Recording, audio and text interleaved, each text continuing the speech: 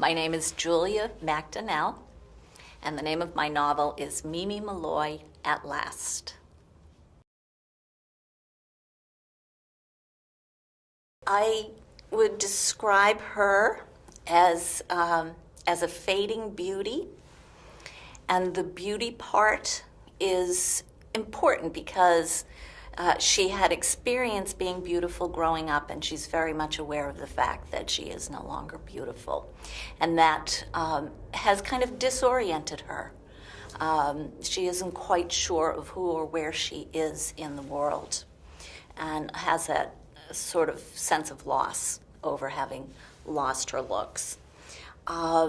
She's also very bright and very observant without necessarily knowing that about herself. And she's a wise ass. She just can't help it.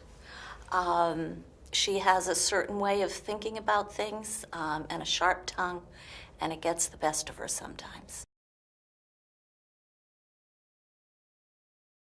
I grew up with 6 sisters. My father had 6 sisters. My mother had 4 sisters. So I grew up in a really large family with lots and lots of girls. One of my favorite pastimes when I was growing up was eavesdropping. I would ditch my sisters and go find some unobtrusive place and listen to women talking, groups of women talking, my mother, aunts, assorted others. And I just was absorbing a lot of what they said. And my father would dismiss it as just gabbing or yakking and yakking.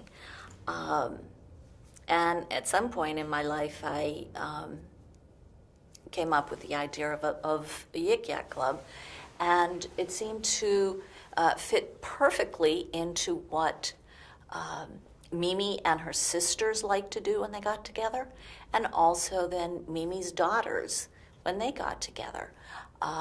They start to talk about their own lives, they talk about each other's lives, they talk about the lives of the people who went before them.